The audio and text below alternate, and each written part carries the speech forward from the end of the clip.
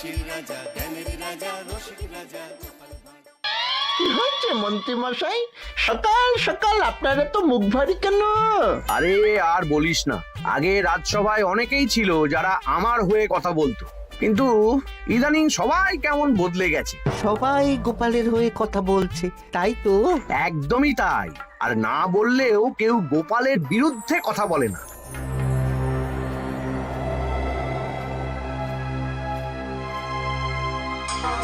কি মন্ত্রী মশাই, আজকাল তো আমার কথা আর মনেই পড়ে না, ভুলে গেছেন নাকি? আরে না না ভগবান, তুমি হলে আমার তুরুপের তাস। ঠিক সময়ে ঠিক সুযোগ এলে তোমাকেই ডাকবো। একটু দেখবেন। হ্যাঁ হ্যাঁ, আরে নিশ্চয়ই নিশ্চয়ই। এই চলি রে, আবার রাজসভায় যেতে হবে।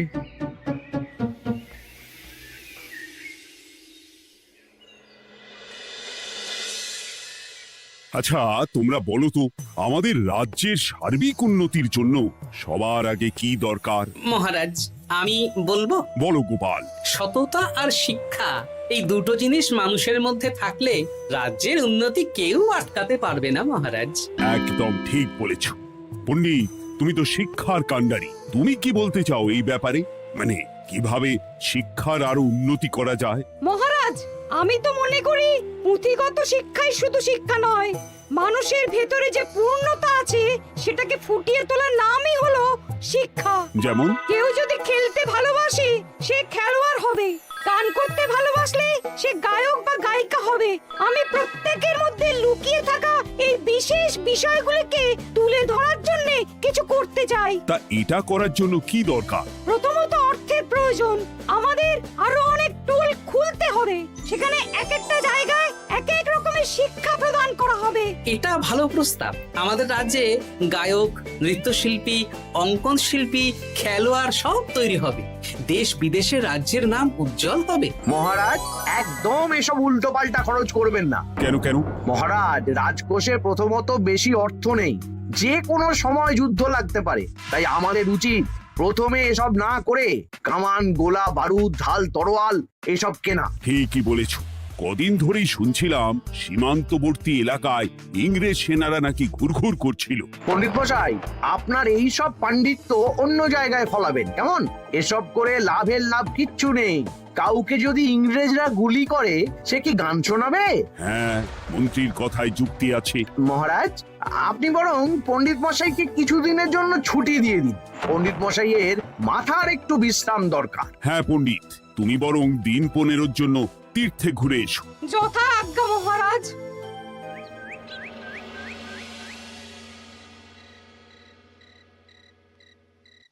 শোনো ভগবান, সকালেই তুমি কাজের কথা বলছিলে, আমি এমন ছক কষেছি কালকে থেকেই তোমার জন্য একটা ভালো বেতনের কাজ জোগাড় করে দেব।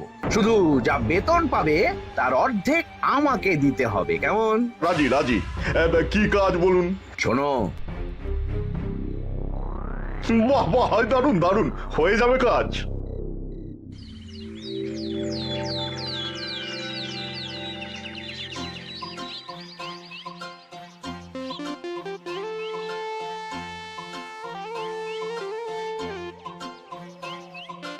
এই সকাল সকাল রাস্তায় ঘুরঘুর করছিস কেন? পড়াশুনো কি শিখেই তুলে দিয়েছিস? পণ্ডিত মশাই তীর্থে গেছেন, এখন আমাদের ছুটি। দুপুর বেলা ভাত, রাতের বেলা রুটি।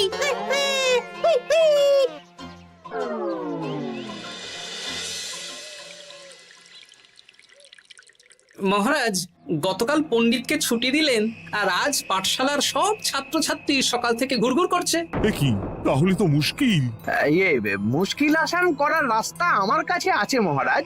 আমার সন্ধানে এমন একজন পণ্ডিত আছেন যিনি বহু ভাষাবিদ, অনেক পাণ্ডিত্য, দেশ বিদেশে শিক্ষাদান করেছেন। কিন্তু তাকে আমরা পাবো কোথায়? তিনি কৃষ্ণনগরে ঘুরতে এসেছেন, শুধু ওনাকে বেতনটা একটু বেশি দিতে হবে। এবং তিনি এই রাজ্যের যে কোনো মানুষের চেয়ে বেশি শিক্ষিত, তার পড়ানোর ধরনই আলাদা। সে কোথায়? আমি তাই ওনাকে আজকে রাজসভায় আসতে বলেছি। মহারাজ, আপনার সাথে একজন দেখা করতে এসেছেন। দেখুন মহারাজ, বলতে না বলতেই হাজির। ওনাকে ভিতরে আসতে বলো। আচ্ছা মহারাজ।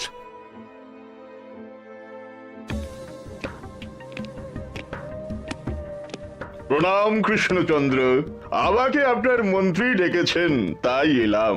মন্ত্রীর সাথে কথা হয়েছে আমাদের রাজ্যের শিক্ষার উন্নতির ব্যাপারে। আমাদের মানে আপনি কি এই রাজ্যের?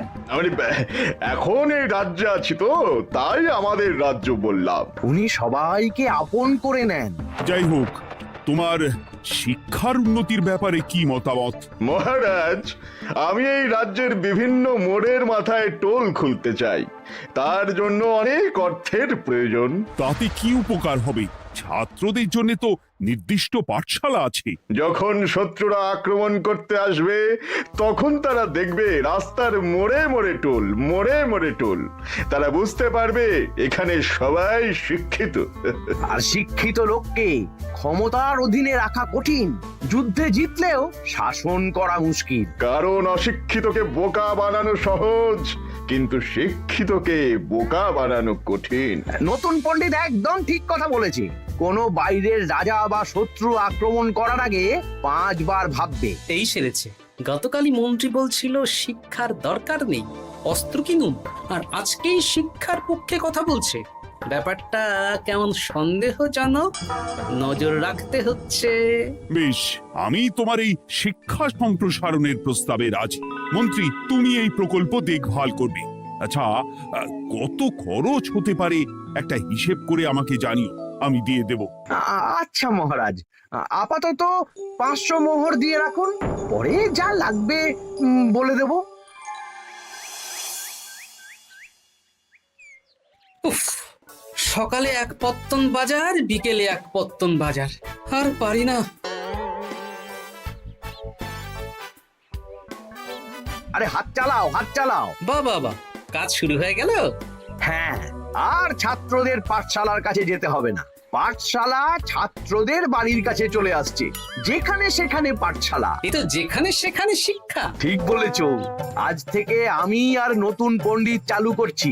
ধরো শিক্ষা, মারো পেরে।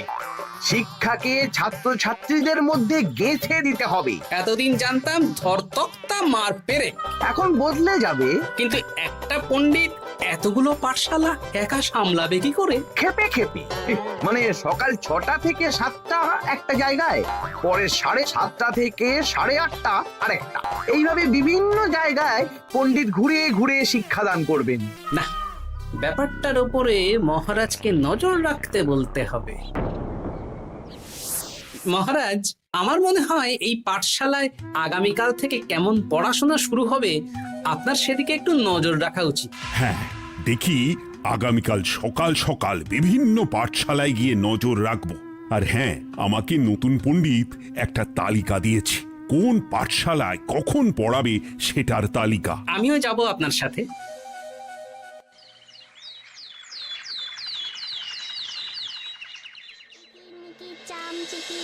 কাটা মজুমদার ধে এলো দামোদর, দামোদরের হাঁড়ি কুড়ি, দুয়ারে বসে চাল কুড়ি। দেখি কুটি, তোরা এই কিরমিকির খেলছিস? নতুন পণ্ডিত কোথায়? উনি তো এই মাত্র দক্ষিণের পাঠশালায় গেলেন। ন্যাপলা আর গুলটে আজ থেকে ওখানেই গেছে। ওদের দুজনের বাড়ি কাছাকাছি তো, তাই। আচ্ছা চলো তো গোপাল, দক্ষিণেই গিয়ে দেখি।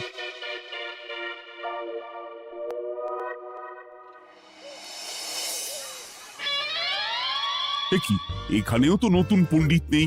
নতুন পণ্ডিত মশাই আমাদের একের নামটা মুখস্থ করতে দিয়ে চলে গেলেন।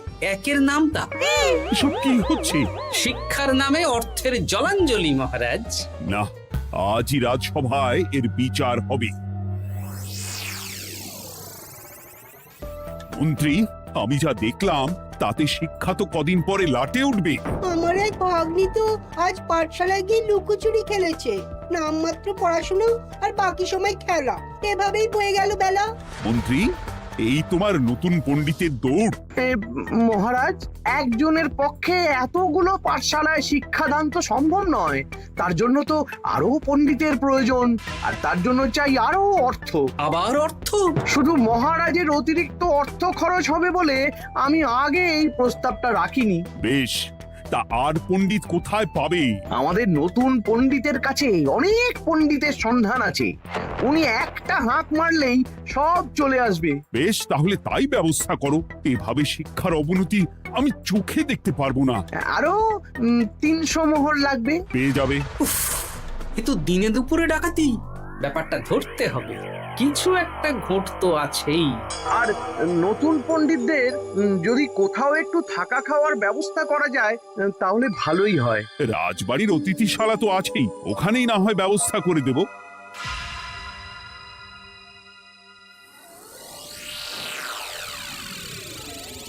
শোন বটা ঘটা আর কেলে পচা, তোদের এইবার এই ভগবানের মতন শিক্ষাদান করতে হবে। আরে আমি তো শিক্ষা বানানই জানি না।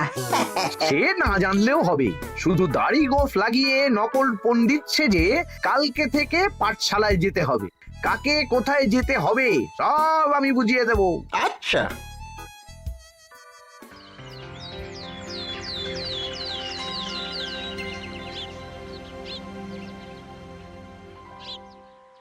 আচ্ছা বল তো, গতকাল তোদের বাড়িতে কি কি রান্না হয়েছিল? ভাত, মসুর ডাল আর লাউ ঘন্ট। লাউ ঘন্টের মধ্যে চিংড়ি ছিল? না, আজকে কি রান্না হবে? আজকে সকালে বাবা বাজার থেকে পাকা কাতলা এনেছে। কাতলা মাছের পাতলা করে ঝোল হবে। আর তোর? আমাদের আজ নিরামিষ, এই কবজি ডুবিয়ে সবজি ভাতি খেতে হবে। বেশ।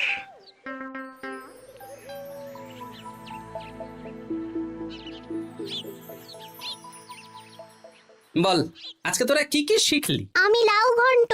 আমি সবজি ভাত। আমি কাতলা মাছ। কি বলছিস কি?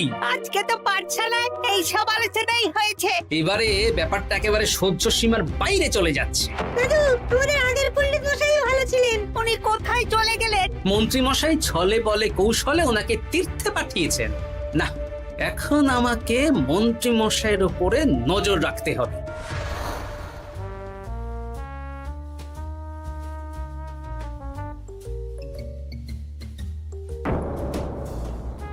পাঠশালায় পড়ানোর ব্যাপার তো বিকেলেই মিটে গেছে। রাজবাড়ির অতিথিশালায় না গিয়ে নতুন পণ্ডিত মশাইরা এদিকে আবার কোথায় যাচ্ছেন? সাথে মন্ত্রীও আছেন, ব্যাপারটা নজর রাখতে হবে। তাড়াতাড়ি চল। চলুন চলুন। এদিকে তো বটা ঘটার বাড়ি, এদিকে মন্ত্রী মশাই কোথায় যাচ্ছেন?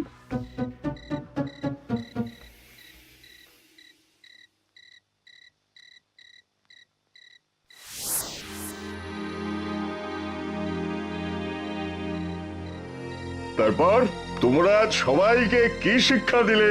শিক্ষে সে আমাদের শিক্ষা নেই, চুরি করে দিন চলে। আমি কি করে শিক্ষা দেব? আরে ছাইপাশ দাড়ি গোঁফ থাকলে কি কুটকুট করে। তা বলেছিস বটা। আরে আরে আহারে করছিসটা কি? ভালো রোজগার পাতি কি তোদের সহ্য হচ্ছে না নাকি? ভগবানকে দেখ, সেই কবে থেকে দাড়ি গোঁফ লাগিয়ে পণ্ডিত মশাই সেজে আছেন। আমারও প্রথম দিন একটু সমস্যা হচ্ছিল, এখন সামলে নিয়েছি। আর আমাদের এই সব আলোচনা একদম করা উচিত না। বলছি মন্ত্রীমশাই, আমি কি শুধু এই পাঠশালাতেই পণ্ডিতের অভিনয় করব, নাকি রাজসভায় বসার সুযোগও পাবো? কালকেই এই ব্যাপারটা দেখছি। আগে তোমাকে রাজসভায় ঢোকাবো, তারপর এক এক করে বটা ঘটা কেলে পচা সব আমার দলের লোককে রাজসভায় ঢুকিয়ে নেব। আর রাজসভার বাকি সদস্যদের ফাঁকা করে দেবেন। একদম তাই। মহারাজ সহজ সরল মানুষ, এটাই একটা বড় সুবিধা। আচ্ছা, এই ব্যাপার। ঠিক আছে, আমি কদিন পরে ঠিক সময়ে একদম হাটে হাড়ি ভাঙবো।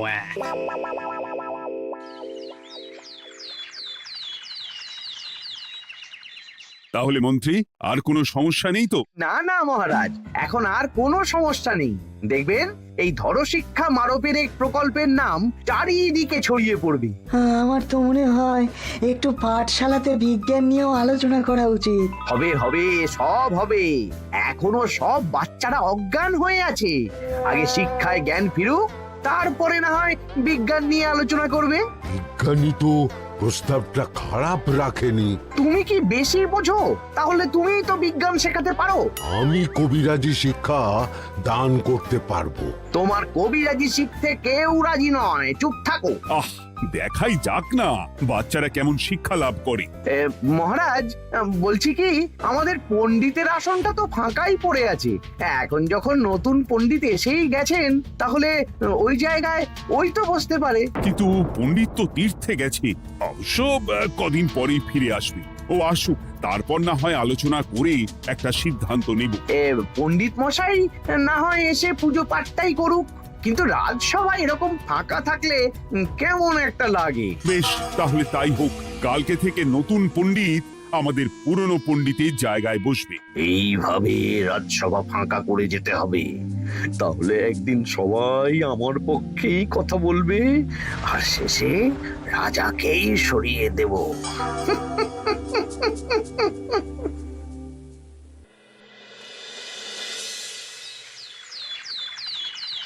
মহারাজ, সর্বনাশ হচ্ছে চারিদিকে।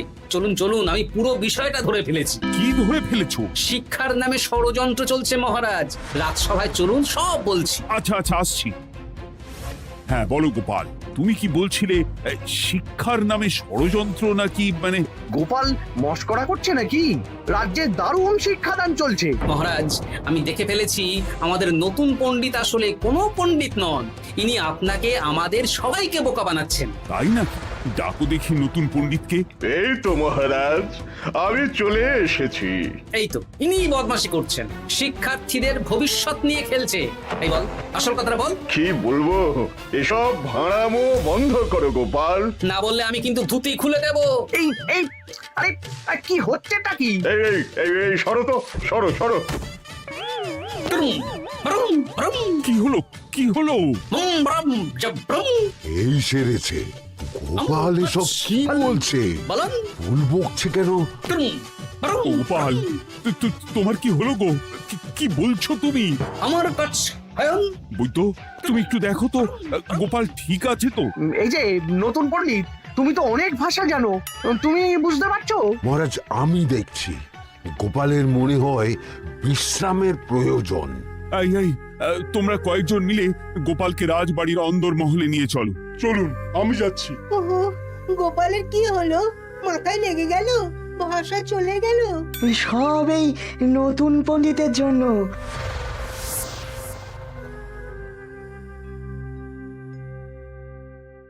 ভাল খাচ কাচ হায়ন মাস্টার কাচ। মহারাজ, আমার মনে হচ্ছে গোপালের বাইরে থেকে কিছু হয়নি, ভিতর থেকে কিছু হয়েছে। নারী স্পন্দন, হৃদস্পন্দন সব ঠিক আছে। আমার বড় যাব ভ্রম। কিন্তু গোপাল কি ভাষা বলছে বোঝা যাচ্ছে না।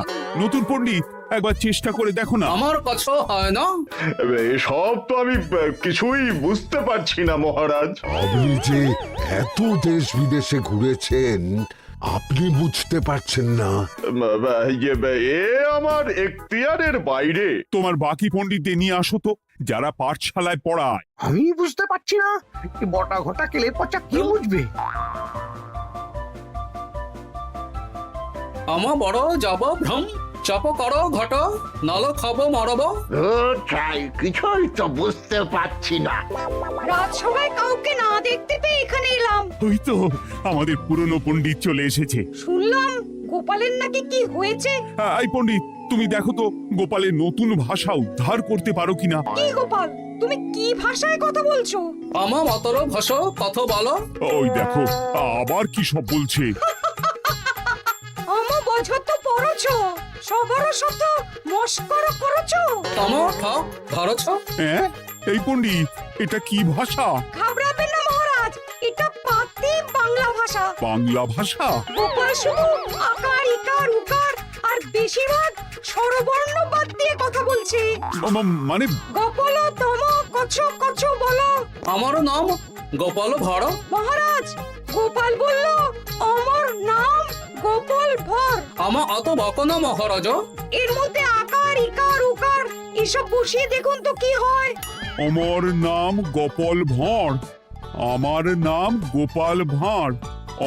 অত আমি অত বকা বোকা নই মহারাজ। মহারাজ, আমি অত বোকা নই মহারাজ। এই তো সুন্দর ধরে ফেলেছেন। কি কেমন দিলাম? দেখলে আমাদের রাজ্যে মন্ত্রী ধরে আনা পণ্ডিতের পাণ্ডিত্য। সব এক একটা গাধা। হ্যাঁ, এ কি ভগবান, বটা ঘটা কেলে পচা। মহারাজ, এখান থেকে কি বুঝতে পারলেন? কি? শিক্ষার বাইরেও অন্যভাবে সমস্যার কি করে সমাধান করা যায়, তাও শুধুমাত্র উপস্থিত বুদ্ধি দিয়ে, যেটা আমাদের রাজপণ্ডিতের আছে। তা তো দেখতেই পাচ্ছি। আর সেই জন্যই মন্ত্রী ওনাকে সরাতে চেয়েছিলেন, আর কিছুদিনের মধ্যে সব সভাসদদের সরিয়ে দিতেন। আমি সব মতলব শুনেছিলাম, আর এই দিনটার জন্য অপেক্ষা করছিলাম। আজকেই তো পণ্ডিতের তীর্থ থেকে ফিরে আসার কথা। তাই আজকে এই ছোট্ট নাটকটি করলাম। এবার মন্ত্রী আর এই 4 জন নকল পণ্ডিতকে আচ্ছা করে কারাগারে গিয়ে ধোলাই দাও। ধোলাই হলো ওনাদের জন্য উপযুক্ত এবং উচিত শিক্ষা।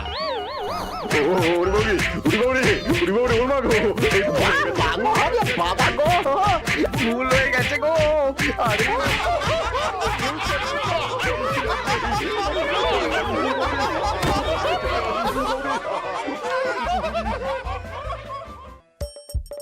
হাসির রাজা জ্ঞানের রাজা রসিক রাজা